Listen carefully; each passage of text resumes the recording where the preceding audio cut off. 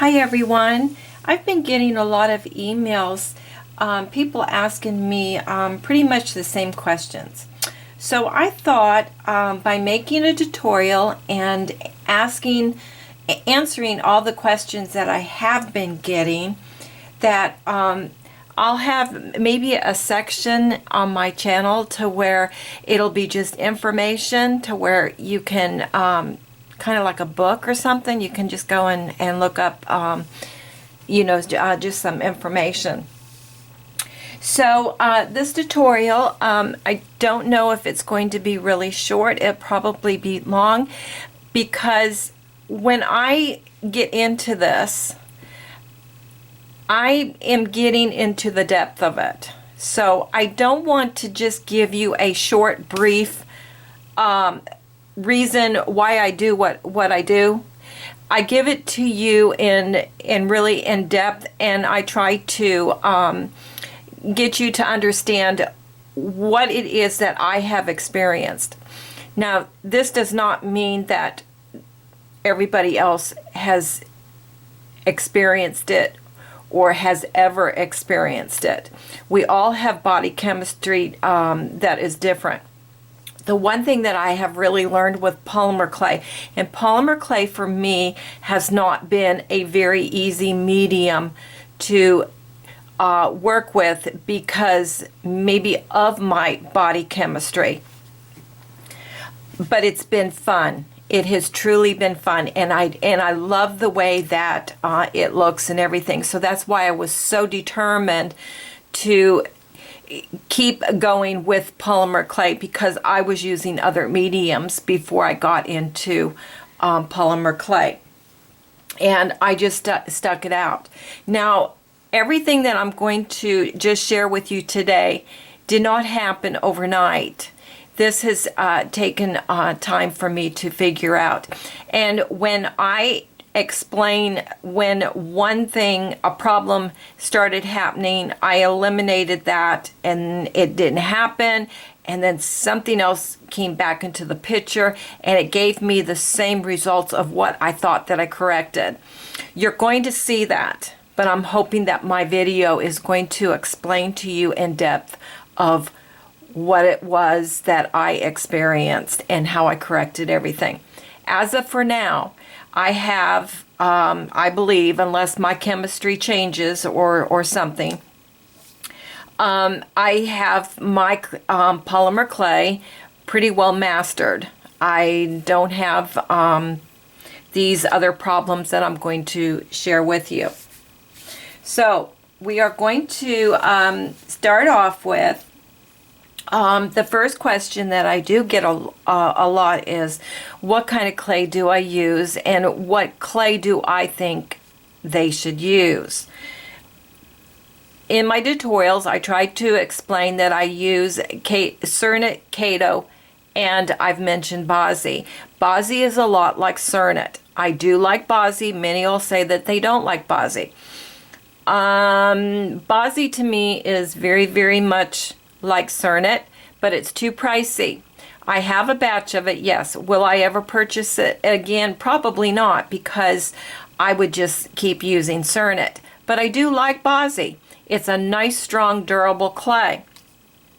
And it has a, I love the way that when it cooks up, I love the color. I have to say that. Kato clay, I really don't have any complaints with. I like the color. I like the strength. I like the way that it works. The only thing that I have to say with, and I can't just say it's Kato, it's every clay that I touch I have to leach. So if I were to say I would want an improvement, mine would always be I would want a firmer clay. But a lot of people, what I say is, what I want for firm, they're looking at it, well, how can you even work with it? That's too hard. And their clay is way too soft for me, and it's firm for them.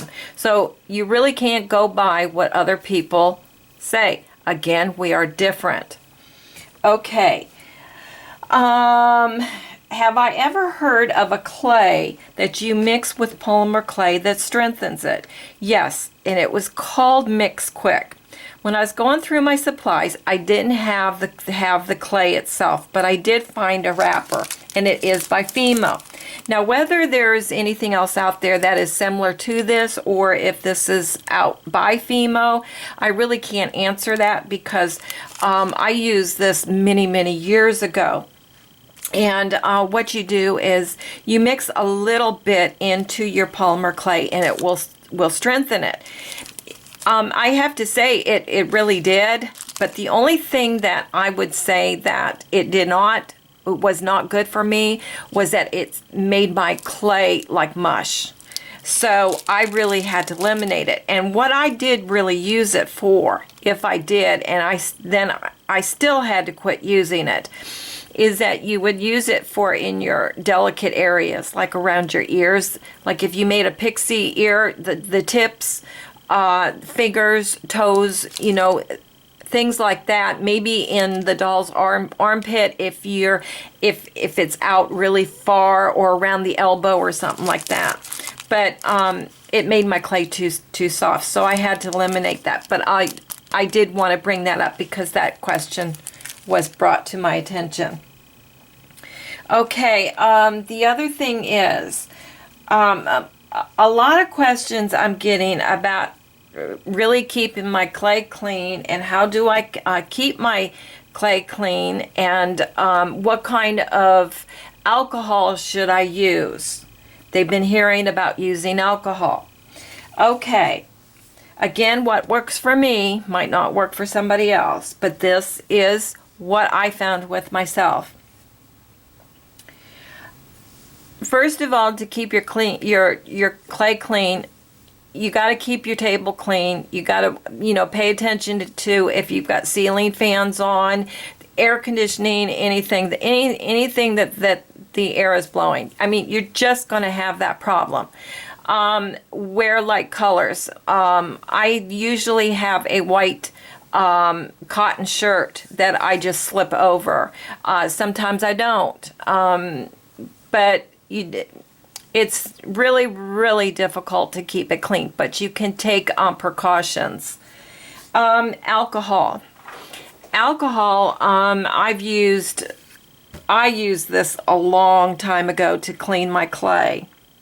And I had problems using alcohol, and I kept going back and forth, because I kept hearing people were using alcohol and all this. And you can use the little alcohol preps pads, and you can even put it on some gauze, and it does clean the clay. It doesn't totally clean it, but it does clean it.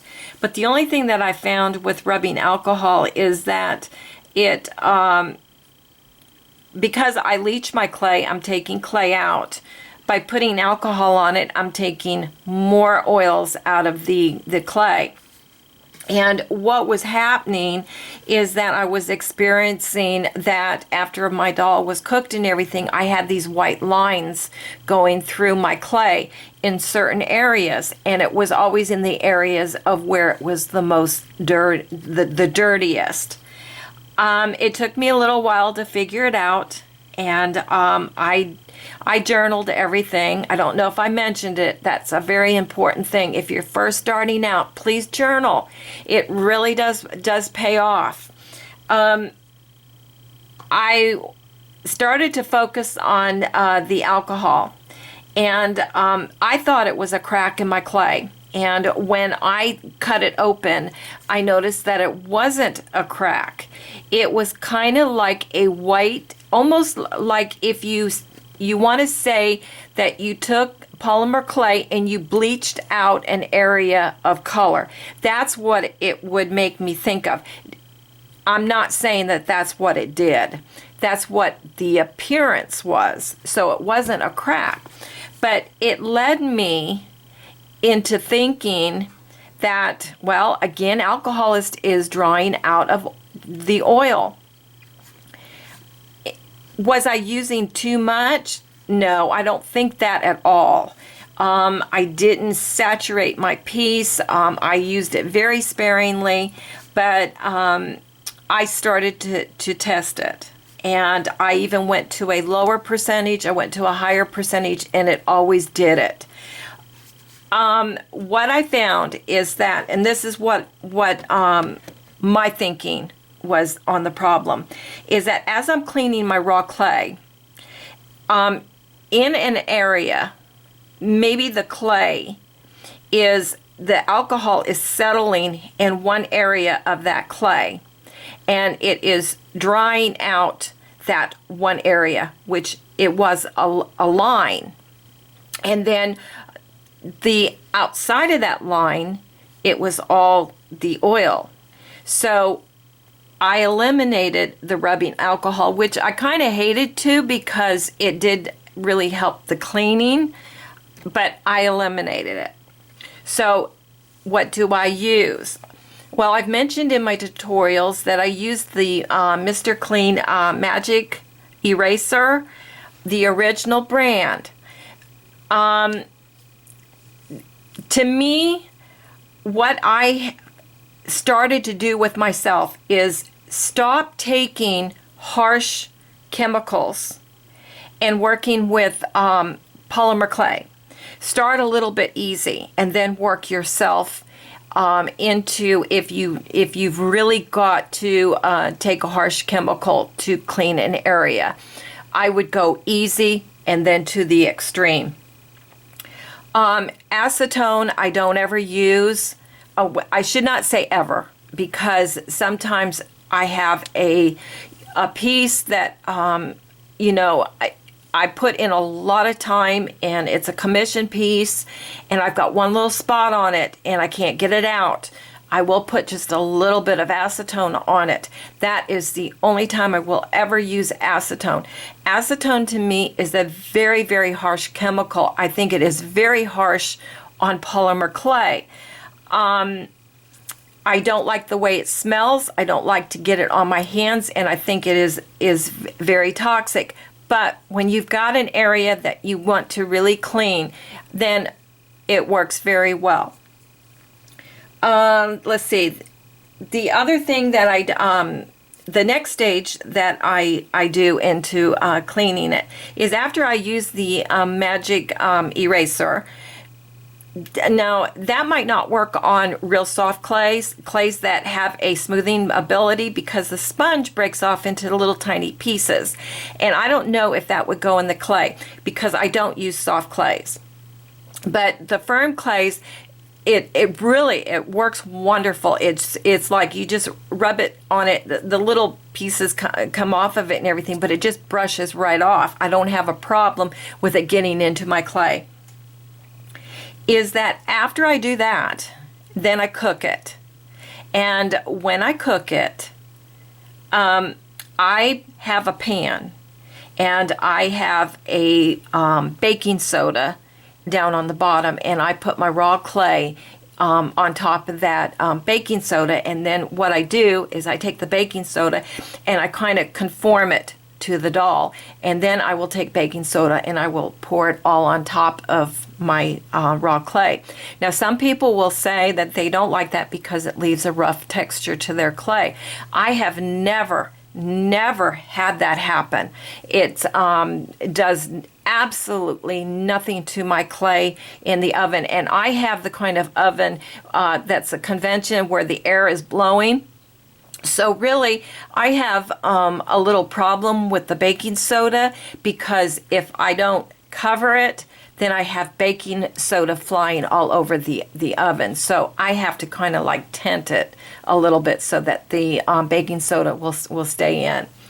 Okay, the other thing that I do is after it's cooked and everything, I will take a little bit of baking soda, and I'll take a little bit of odorless paint thinner.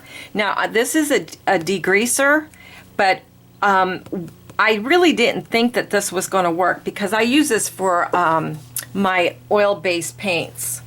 And I thought about trying this with polymer clay. And another thing, too, is that a wonderful thing to do is take paint thinner And like, I'll just give you an example. If I took a little piece of Kato clay or polymer clay and I put some mineral spirit in it, I can make it into a liquid form. But you have to remember that the paint thinner does evaporate, so you are going to get a different texture. But it's something that you can do something with it. Okay, I take this with a little bit of baking soda and I make a paste. And then what I do is I will apply it in small areas of my doll. I don't apply, coat my whole doll with it. I work with it in areas. And I will apply that paste to the area that's dirty. And then sometimes I'll take a paintbrush and I'll just work it. That's good enough. If I've got a doll that is needs a little bit more of handwork, then I'll take a nice soft rag, and not colored, white, and I'll go over it. And what it does is the baking soda to me works as an abrasive, and the paint thinner, it gives it an oil. So what it does is that it actually cleans to me in a gentle way, that I don't have to take sandpaper to it anymore unless I've got a real bad spot, okay? I don't want to say that I don't ever. Sometimes you have to. But it works like sandpaper, and then I don't have to go with a harsh sandpaper and then work myself to a higher grade, finer grade. It works beautifully, and it even when you're all done with it and everything, I don't clean it off or anything. I just really wipe it down, and the mineral oil, I don't know, it just does something to it. Really gives it a porcelain feel to it and a porcelain look to it. If you haven't worked with porcelain, then I don't think you're going to understand what it is that I'm talking about. But if you have, then you'll know what I mean. Okay, now that's how I would clean my doll. Now the other thing is, let's say I have to go a little bit harsher. Okay, yes, the acetone would play a part on that. But the other thing that I find is that when I put the paint thinner on my cook doll and I take an X-Acto knife, now before I did any of this, and I did it the other way with the acetone, or I just did it on its own, the X-Acto knife really scraped my doll, and I don't know what it is. I think it's the what's in the paint thinner, is that when I coat the doll with this and I scrape it, it leaves no white marks. It comes off in a real thin, fine, like a dust, but it's in the oils of the paint thinner. And I really like that, because if you've got a raised area to where you want to bring it down, if I were to now say an X-Acto knife, that it would be the way that I would do it. Okay, let's see. Why does my clay crack after I've cooked it, and sometimes I'll have white spots? I'm going to give you some things that I feel that I discovered with myself, is that the cracks can be several different things. The cracks can mean it's the way that your armature has been built. It could be that you have trapped air in your clay. It can also mean you're not conditioning your clay. Let's see.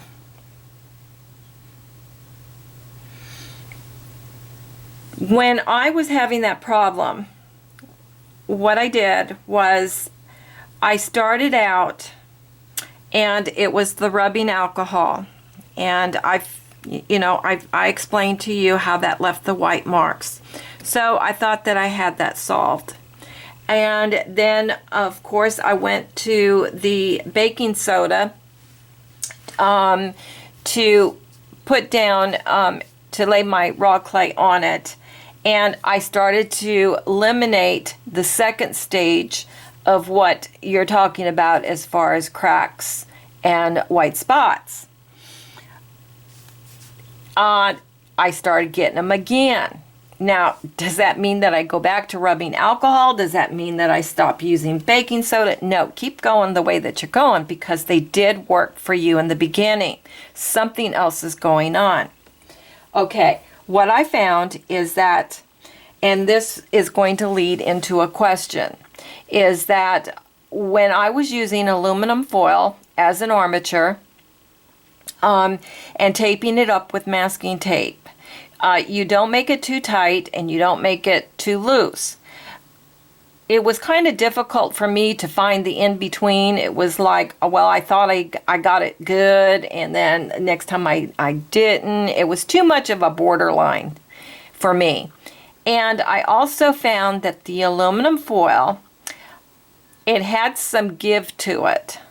And for me, that meant that when I would, after I taped it all up and everything, when I would lay my clay over it, that gave me some leeway with my clay, of putting my clay on my armature to create maybe some trapped air. And I wouldn't know it until after I cooked it. So I eliminated the aluminum foil. The masking tape, I found this out, is that masking tape actually would absorb more oil for me. Now, how I found that out was that when I was trying to figure out what was going on at this stage, is that I cut one open, and I noticed that around the masking tape that my clay had a different texture to it than to the rest of the clay. Now, was that because I didn't cook it right, not at the right temperature? No, I can't even really go there, because I've already been through that stage, and I have a temperature, a thermostat in it and everything, and I pretty much watch it very close to make sure that it always stays on that temperature that I need. So I really couldn't go with that, but if you're not doing that stage, you should. I would really recommend to put a thermostat in your oven, because I found that certain places in the oven, one corner might be warmer than the other. But with the convection oven, I don't seem to have that problem with the circulating of the air. The only problem that I have with that is that your stuff will blow around. So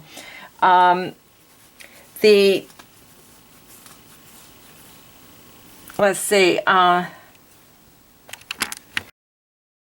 so basically I eliminated the masking tape.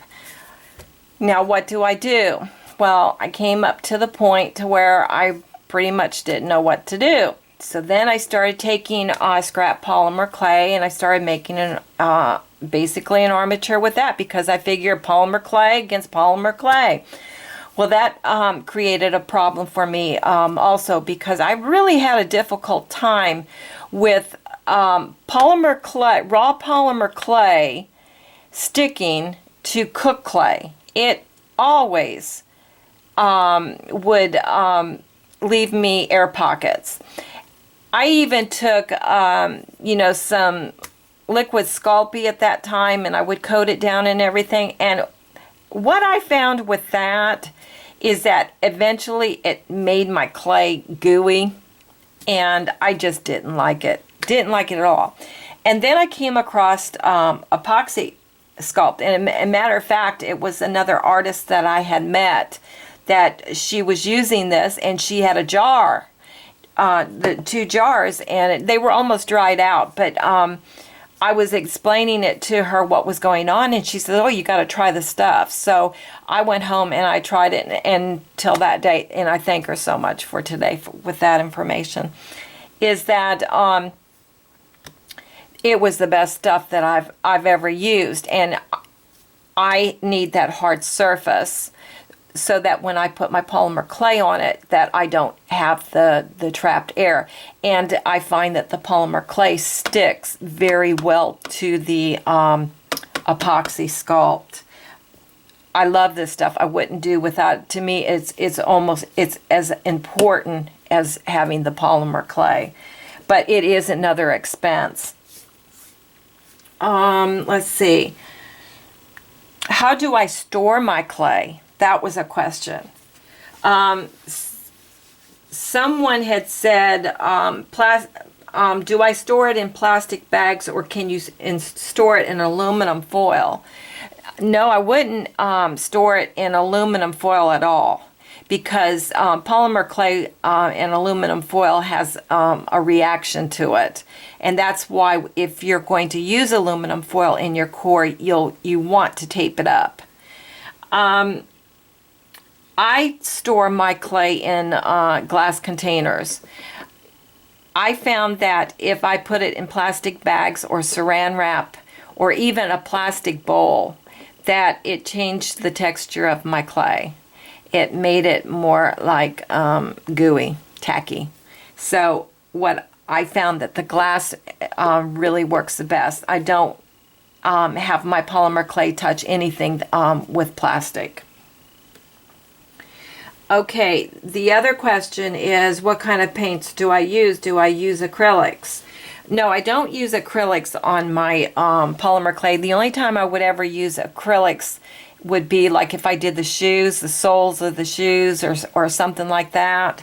But to actually do it for the face or to paint it for color for the skin, no, I would never use acrylic paint. I never liked it, and maybe it's because I worked with porcelain in the beginning, and I loved the china painting, and I loved working with the oils and everything. So I think that's probably why I like it. It's a different look too, I think. For what paints that I use the Genesis oil paints. Now, they are pricey, but all of your oils are pretty pricey, but to me they're well worth it. They're high quality paints. There's high quality acrylic paints also. The only thing that I find is that the oils do go a long way.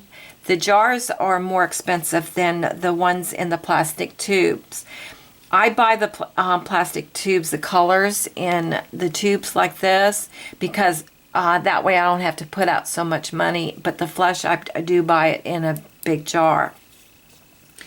To color my clay, I did have a question about that, and they wanted to know, is price-wise, is it feasible to buying the colored clays rather than Genesis? Well, I really can't answer that. I wouldn't even know how to do the calculation. But the thing that I want to really express here is that the real reason why I started to color my clay, and it was by accident.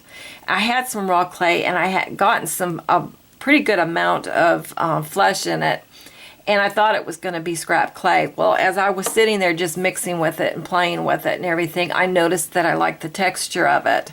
So I started to experiment, and I thought that it was going to streak. I thought that all these chemicals that I was using to clean, I was going to have a problem with it, and I never did. And I still, till this day, I still haven't had a problem with it. It does change the texture of your clay, and I liked it. So then my mind was going a mile a minute, and I thought, well, why not color it instead of using the clays? Because sometimes you get the colored clays, and when they cook up differently. So then you just have to kind of keep playing with your colors and everything. When I started to mix the clay with the Genesis oils, I didn't really have that problem. Is whatever color my clay was, it cooked up to be. So I eliminated that stage. And to me, it was just easier to mix in with the clay. And you only use a tiny, tiny bit. Now, somebody said in the tutorial that I did, it looked like it was a lot of paint that I was using. That really was, I guess, a camera illusion, because, or maybe I put a little bit more on than I usually did so that you could see it in the camera, but I only use a tiny bit. Okay, that takes care of the paint. Let's see, for the eyes, what is it that I use? Resin or nail polish UV gel? I don't think I've ever mentioned nail polish UV gel. I can't even answer that. I just try to stay with things that are compatible with polymer clay. The only thing that I can suggest with you is that just experiment. I just really can't answer that. As far as resins, I've used resins, and the one that I have to say that I really liked was the ice resin. It didn't yellow on me, and it also, I had no problem with it taking the heat from the oven. The only problem that I had with that is that I live in a place with a lot of humidity, and I didn't like the curing time. I didn't like dealing with the humidity, the tackiness, or whatever. So when Magic Gloss came along, and I've tried other UV gels, and I've always come back to Magic Gloss. I've discovered a little problems with Magic Gloss, but I found a way to work around them, and I will get into it. But I've always come back to this, and so I would say, as of for right now, which I'm always looking for new products, this would be the best one for me at this time. Okay, now somebody did ask me this, and it's going to fall into this. Why does my Magic Gloss want to roll off of my eye? And everybody says the stuff works. In the beginning, I did have that problem, and I had to work in stages to work around it.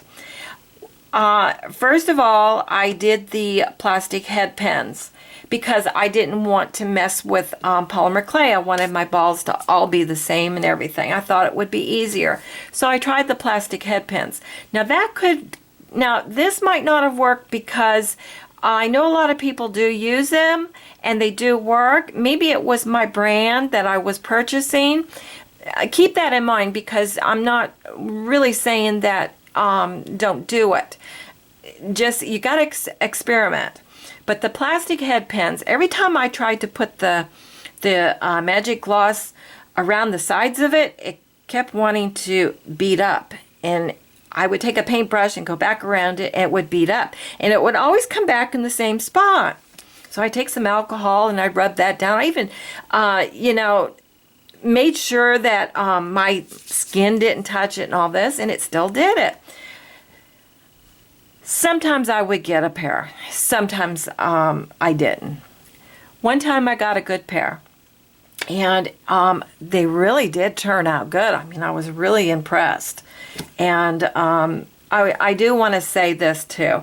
I don't use the irises that are printed off on paper.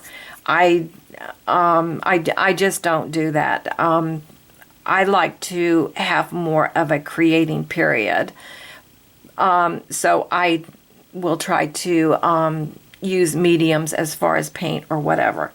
But I took a picture of this eye, a doll that I did, and what I wanted to do was I wanted to place it in my journal. And when I looked at it from the camera, I noticed that I had all these little lines in the white part of the eye. Now, you could not see this with the physical eye, and by the time you put your eyelashes on, you really might not see it. But on this particular eye, I noticed a line that was coming out from where the eyelashes were, and I thought that there was something on my doll. Well, I pulled the eyelash off and then I took another picture. And what I saw was, I saw that the heat from the oven was starting to melt the plastic. Again, it was very a faint look to it. Couldn't see it with the physical eye, but I did see it with the camera. So I eliminated that because I didn't want to put that in my dolls. So I go back to polymer clay. I make the balls. Okay, now you're ready to put your magic gloss on it. It works one time, next time it doesn't work. Does the same thing as the plastic ones. It wants to bead up. Okay, what I found was, if you take the polymer clay, and I also put just a little bit of blue or gray in the white polymer clay, tiny bit, because I want my eyes not to have a real white look. I want it to kind of all blend into the face. When I would roll it up in a ball, cook it, I would take some alcohol and I'd wipe it down. And then I would go ahead and I tried the UV gel and I had no problem. So then I had to pay attention to this. One day I wasn't thinking and I took my eyeball, and I didn't have my tape that I normally use, because I used to take my tape and I would stick it on the tape so that I could work with it. I took a piece of raw clay, made a ball, and stuck the eye in it, and I'm starting to work with it, putting my paint on it and everything. And then I noticed it's balling up again. What's going on? Well, polymer clay, come on, it's oil. Don't put raw clay next to it. Pay attention to your hands. Maybe use gloves. You know, try not to touch it with the oils. When I started to really pay attention to oils being around my clay after, when I'm ready to paint it, I haven't had any problem with this beading up on me at all. So I hope that that has helped you, because that was a little problem with me. Okay, what kind of wire or that do I use in my core? The best one that I really like to use is aluminum. And you can use galvanized, but the only thing that I have to say is that just make sure that you cover the wire, because it has a reaction with polymer clay. If you go to your local craft store, you buy floral wire or wire that's bead wire, please be very careful with that. I've done a lot of experimenting with that, and I found some major problems with that. It's brittle after it gets heated up. The other thing is that don't ever use the wire with the polymer clay on top of it, because what happens is that the polymer clay and the wire will deteriorate, and if you cut it open when it starts doing it, it'll look like pepper, because it's starting to eat away at it. That's really the only thing that I have found with wire. Just make sure that whatever it is that you're using, just cover it.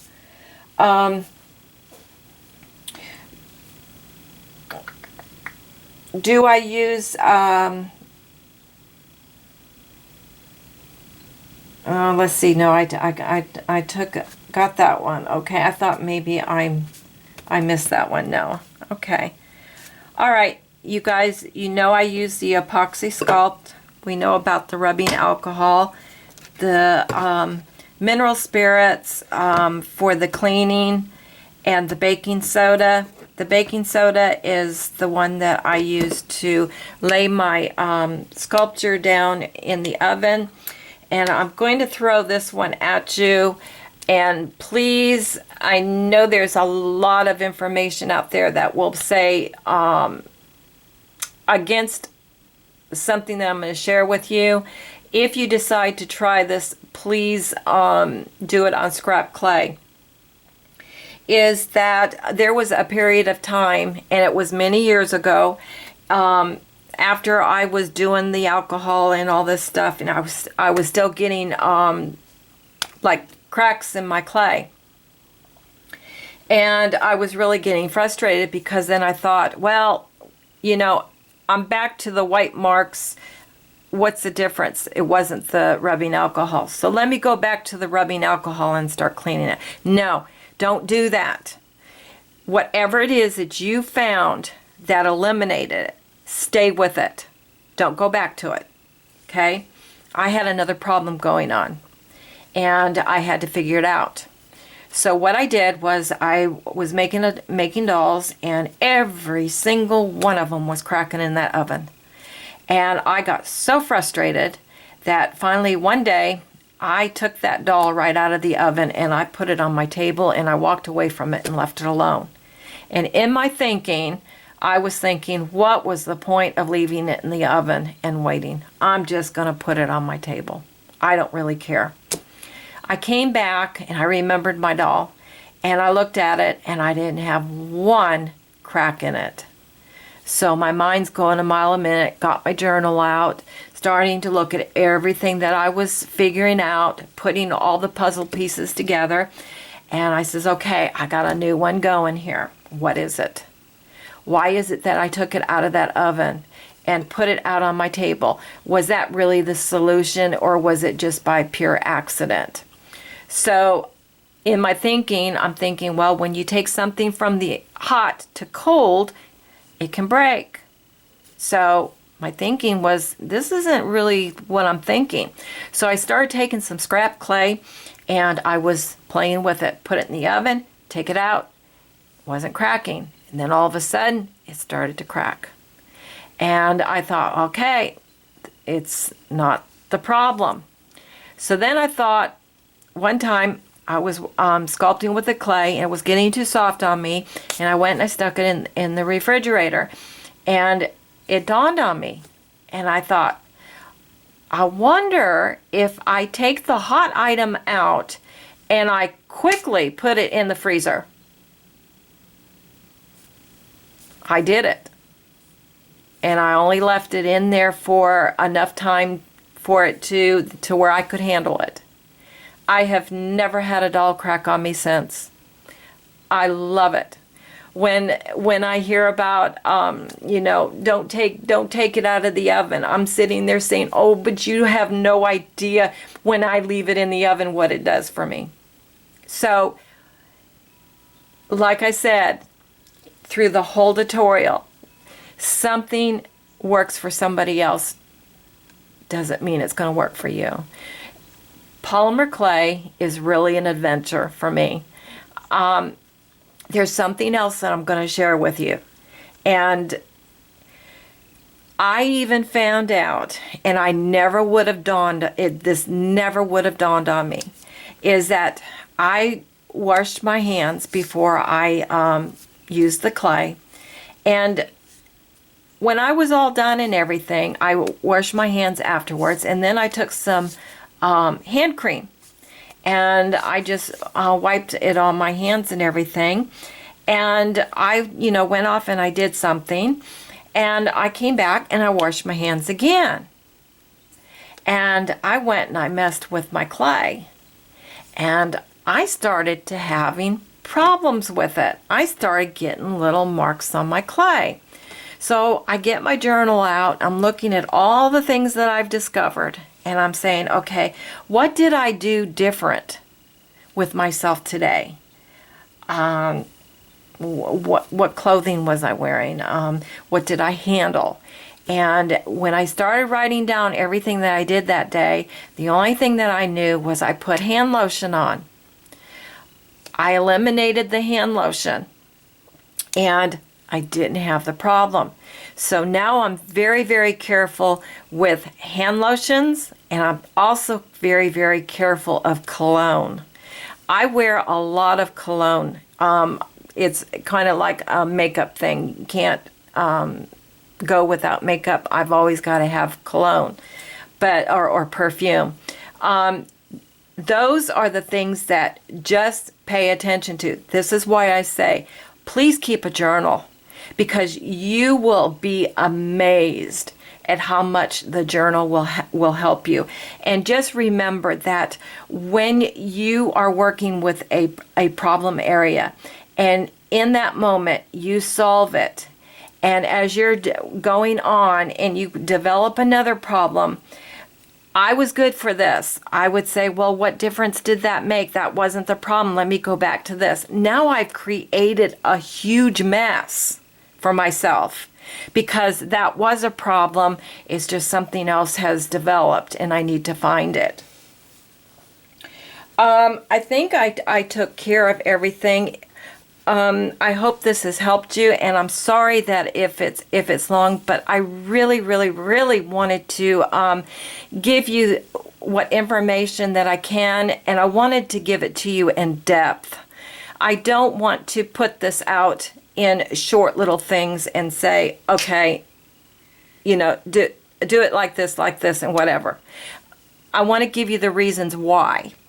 There is something else here that I am forgetting, is that somebody asked me about Femo-Gel and Liquid Sculpey. Very quickly, Femo-Gel is, to me, is the clearest one. I would use this for wings and other things too. Do I really like it? No, I don't like the texture of it, but I'm always looking for something different. Liquid Sculpey. I don't ever use this anymore. Matter of fact, this bottle is so old that, you know, I couldn't tell you how old it is. But what I used it for at that time was to, like, I would sculpt the ears separate, and then I would, you know, I use it, like, try to use it as an adhesive, or that did not work. The only thing that I have to say is that I found that if you use it to get raw clay to stick to cooked clay, my experiences is really be careful with that, because that is not as strong as it appears to be. Not for me anyways. You can coat your cooked doll with this, to give it strength. The only thing that I found with that, I don't like the texture. It's rough, so I wouldn't use it.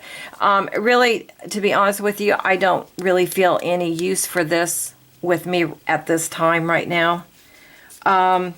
I think that's about it on the Liquid Sculpey and the Femo-Gel. Okay, I think that's it, and I hope this has helped you. And if I get more questions, I'm just going to keep making tutorials, and I'll keep adding my opinion and my experience with it. And I'll try to put it in an area to where you can just go to it and you don't have to be with the others. Somebody did ask me if I was going to have tutorials on different ways of clothing dolls. Yes, I'm going to have all of that. I'm going to show you how to root hair, how to dye hair, a lot of things. It's just that I'm at the baby stage of this, and I'm trying to get organized, and really I'm going to develop a very nice channel for everybody. A lot of information. It's not going to be a channel to where you're going to have to purchase anything. It's going to be everything that I've experienced, new things. Even if somebody asks me something and I haven't tried it, I'll get into it that way also. But it's going to be a channel of just information. So you guys subscribe to my channel, and I will keep this going. And I hope that all of this has helped you in some way. But the one thing that I do really want to express here is that I do have a lot of artist friends, and a lot of things that I've expressed today, they may use. And that does not mean that what I am saying is the right way and theirs is the wrong way. Not at all. Please do not think that. What works for them might not work for me, and vice versa. So this tutorial is just my experiences, because I have even witnessed it with other artists that something that did not did work for them. So don't get caught up in that. Go with, sit down, experiment with everything, you guys, and you really and truly, you won't regret it. And the other thing that I do want to say is that don't get discouraged with polymer clay either. Everything that I've shared here with you, as far as one problem after another, I have finally gotten to the point to where I'm not having any problems. All of this was, really happened in the beginning of my journey into polymer clay, maybe a little bit later on, but I've gotten to the point to where I've pretty much have it figured out. Who's to say, I might eat the wrong thing or something and my chemistry changes that day and something happens. Who knows? Whatever. But it's, it's a challenge. What can I say? You guys subscribe to my channel, and I really and truly, I hope that you liked it, and I'm sorry that it was long, but what the heck, okay? I'll see you in my next tutorial. Have a great day.